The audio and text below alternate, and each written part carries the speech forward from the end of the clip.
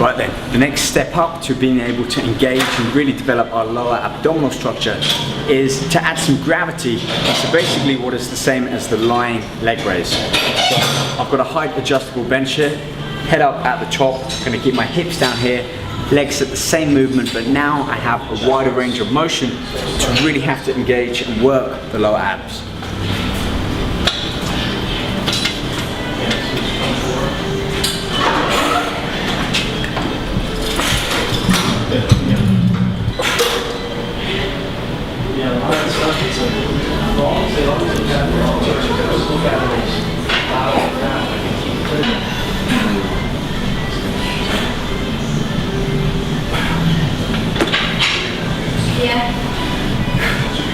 Same principles apply.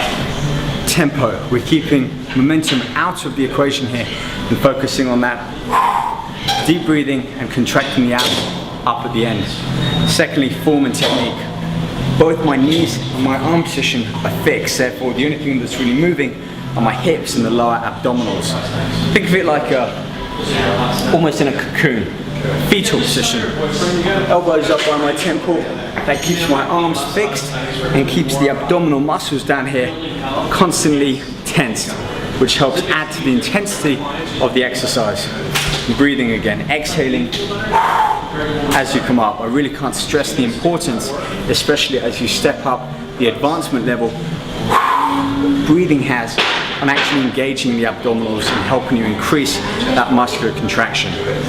15 to 30 reps on here, and if you need to, take a short break, 5 seconds back on and try and complete at least 2 if not 5 more reps after that. Alright, let's move on and now hit the lower and side obliques. Next exercise is the high cable wood chop. This is a classic favorite of mine, and adding that resistance, taking it through a constant range of motion, really keeps maximal contraction on these internal, external obliques, the V-sectional abs that really work by rotating the core. So this is a step up from, I think, the seated medicine ball rotation, where we have a fixed object moving it around the core. This time, again, we're fixed, but we have this constant resistance that's always the same. Basically, we have no sticking point, which means it's a lot more fluid, keeping those muscles engaged. Okay, the outer arm goes on last. Arms bent, got a moderate weight on here. It's not too heavy because really it's my obliques doing the work and nothing else.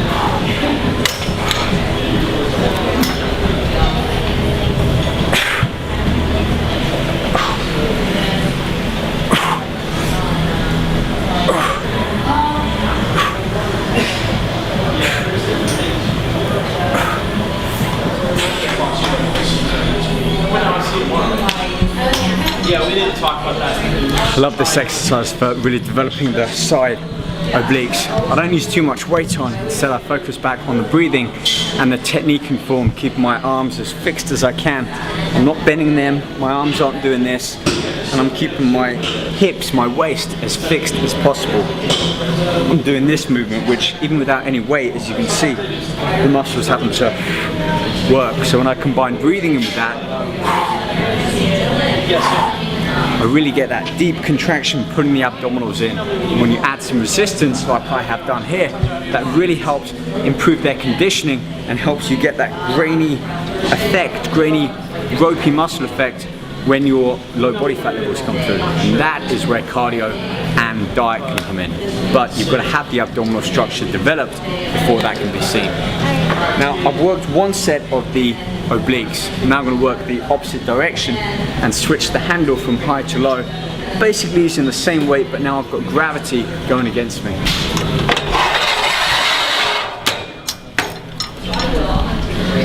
So out your hand, over on the end.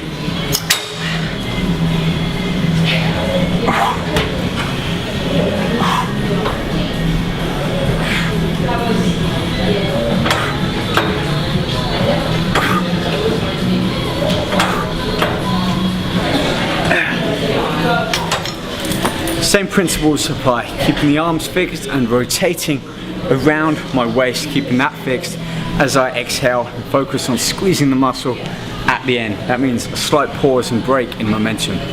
Right, moving on from the rotational portion of this ab circuit, I'm now going to take the cable pulley back up to the top and focus on some high cable pull downs to really start to engage and bring in my intercostals here. And with that slight rotation, it's another dynamic, another factor, variable that I'm changing in the ab circuit to help increase the intensity and help further condition and train my abs. Let's get it set up. Now, a few modifications to this exercise. I'm going to remove the handle and take the weight up. Reasons for that: I'm going to hold the ball here. A, it keeps my wrist, elbow and shoulder all in line instead of having a handle to pull down on. I'm actually engaging more of my obliques this way. Secondly, because of the height of this, if the handle were here, I'm not getting full contraction or lengthening of my abs. So by taking the ball up to the top, I can get that full range of movement. And then I've added the weight, increasing the intensity, because now I'm only naturally flexing my abs. I'm not having to bring that weight outwards, away from that gravity.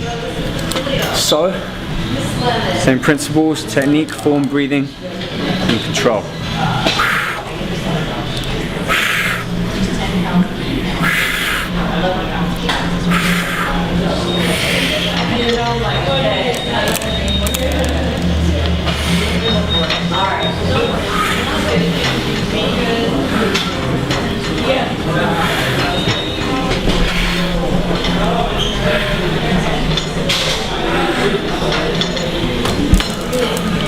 You can see from this exercise just that shortness range of motion. It's from here, it's how much I'm moving. I'm not coming all the way down here. The purpose of this exercise is not to flex your body to the side as much as you can.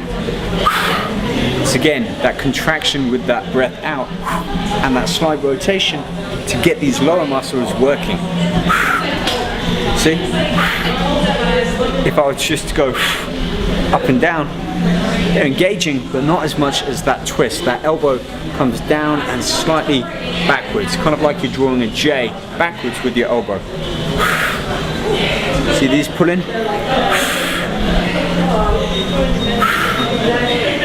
So if you want to focus on getting that V cut just around the top of the short line, this is a great exercise to be able to build up to and really get these lower muscles working.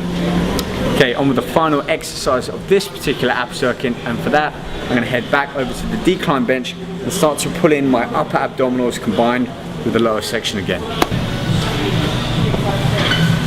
Now I'm going to bring gravity back into the mix for this final ab exercise of ab circuit 2. The reason is now my lower abdominals have to work that much harder to contract and pull my body weight or my torso, shoulders up from that decline position.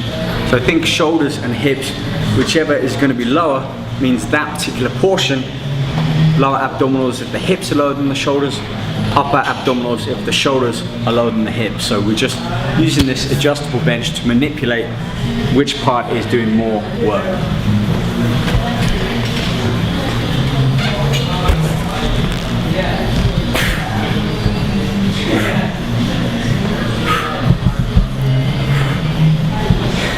It really does make a difference how high or low the shoulders are in relation to where the hips and how the abs are having to contract. I'm only about 20 degrees lower than my hips there, yet that little extra movement, now that my abs have to be stretched out that tiny bit further as I go down, means they're having to work much harder than if I was just simply laying flat or adding resistance to that same movement. So there's another tip. Instead of simply trying to add heavier weights through the exercise, think about the range of motion.